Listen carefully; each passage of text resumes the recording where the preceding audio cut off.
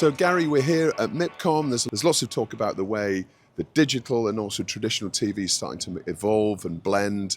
Tell us what All3 International is doing in this space. Yeah, so I mean, my role as EVP of Strategic Development at All3Media International is to look at digital publishing initiatives. So things where we as a company are publishing directly onto platforms. So we have a series of fast channels.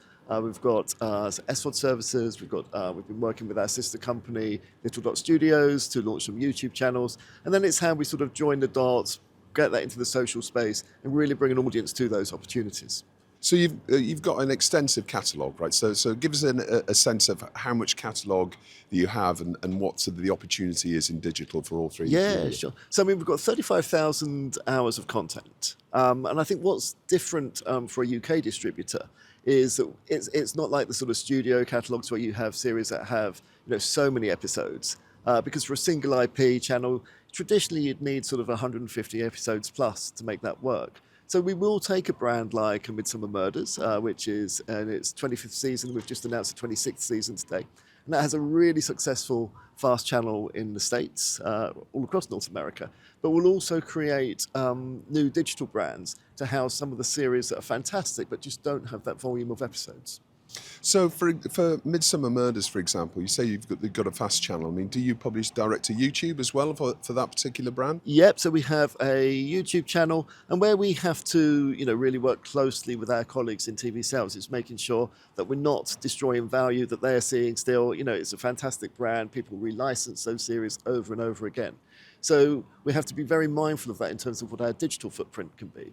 But equally in the States, the market has moved to be a lot more non-exclusive in library. So we can, Midsummer has so many partners now in the States, whether that's Acorn as the premium SVOD partner and they have their exclusive window, or whether that's the PBS affiliates across America who take, various parts of the library. And then what we've created with the Fast channel is a kind of hub for that, where we will interact with talent. We will get somebody like Neil Dudgeon to select his 10 favorite episodes. We'll run that as a marathon. We'll interact with the Facebook page or the Insta page. We'll get the fans to vote for their favorite episodes, and we'll run that as a marathon. So we're doing a lot of stuff in that space. But yeah, there's also a YouTube channel, and we'll switch on the markets as they become available to us. Right. Okay. So we talked about 35,000 hours or so. So it's a huge catalogue. Yeah. So how do you organise that when it comes to YouTube and other channels? Yeah. I mean, how do you organise all of that? Are you looking at bringing content together under particular genres? Yeah, and we've created a series of digital brands, if you like. So our first one was back in 2020. In terms of the fast space, we were actually doing something back in 2019 that I'll talk about in a minute. But in 2020, we launched our first fast channel, which is So Real. And that's our lifestyle and reality play. So that's, shows like Tattoo Fixers, fantastic show, but there's only 4 or 5 seasons of that. It's things like Hotel Hell, in some territories we can do Kitchen Nightmares. So it's bringing together those sort of bigger reality brands that will be quite noisy. So we have that in North America in Fast. We have that as a YouTube channel now. We've got it in the UK in Fast. And then we're looking at SVOD opportunities around that, where, you can be a little bit more adventurous in the content that you put into that space. Yeah. And is any of that content original content, or is it purely 100% catalogue? So for that brand, it's 100% catalogue. But what we're also doing is working with talent. So we have a channel with Monty Don, called Gardening with Monty Don originally. Yeah. And it's available in North America. It's also available on YouTube in multiple markets. But we will work with Monty and his producer to create compilation episodes. So we're not sort of going into the business of standing up a massive production. But what Monty will do is curate and present some highlights based on season, based on a particular topic. So we have, to a degree, a sort of mini original for that channel. I imagine that with that extensive catalogue and with many of your show brands as well, the data that you're getting from viewing figures and all the metadata that you're getting, I mean, surely that is gives you the opportunity to potentially reboot brands for linear TV as well if a show is doing particularly well in a particular territory. Yeah, absolutely. And, so everybody in the company has access to that data.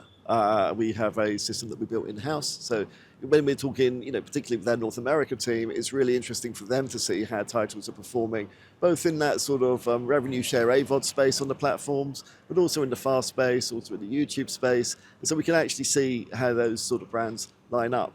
And it's things like that that sort of encouraged us. So, in 2019, we launched our first SVOD with Amazon subscriptions and Roku Premium for a brand called Inside Outside, which is a house and garden content brand. And that's been working really well. So we've moved that into the fast space now. So even within the digital team, we're looking at what's working in one space and can we move that into another space. Yeah. So we've talked up to now about unscripted predominantly, but what about the scripted space? Because there's a lot of development in this area. A lot of announcements being made recently about vertical drama and talk us through what you're doing in the drama space. Of course. So we've launched a channel in the UK called Demand Drama.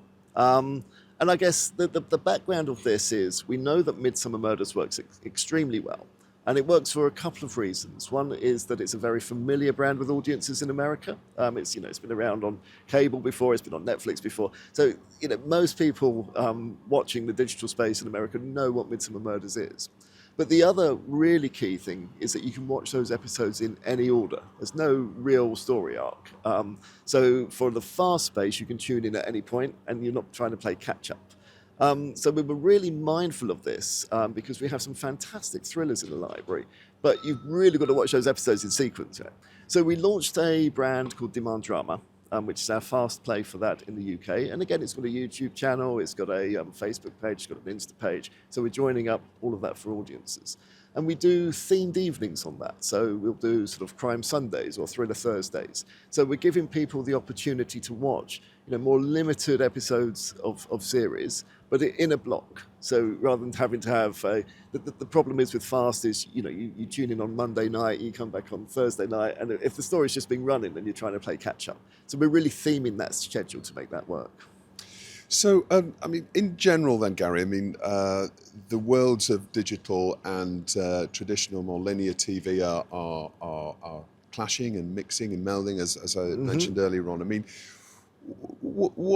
Where do you think things are heading? In a year's time, what are the major kind of changes we might see?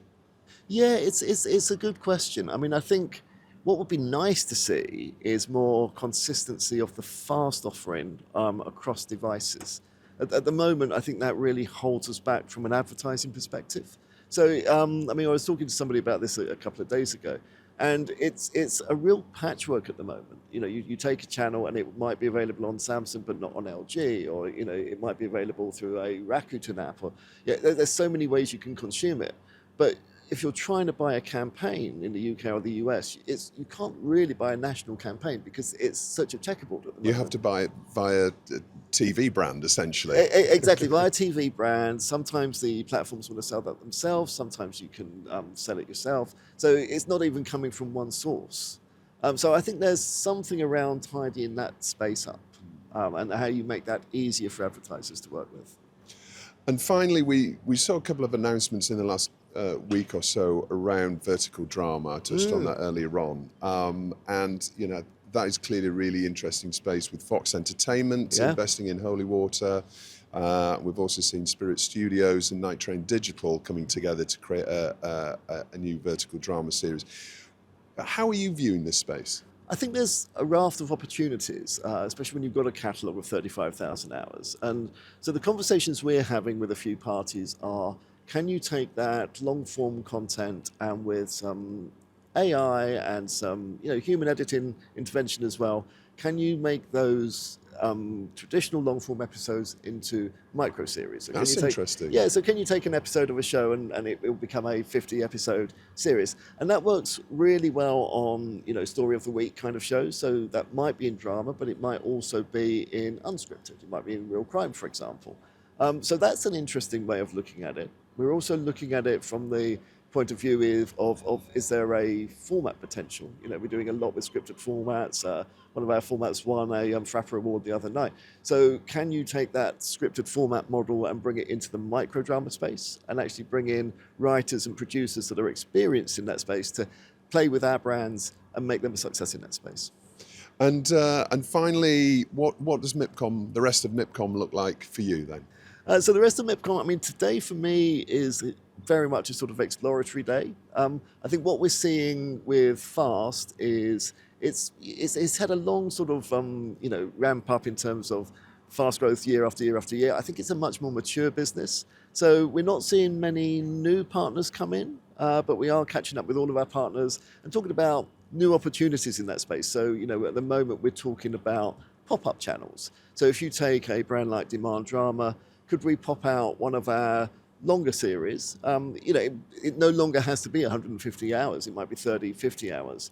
And can we make a pop-up channel out of that that will then reflect back to the master brand of Demand Drama?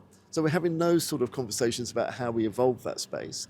And then, yeah, we're looking absolutely at this microdrama space. You know, I think we're using this market to learn a lot more about that space.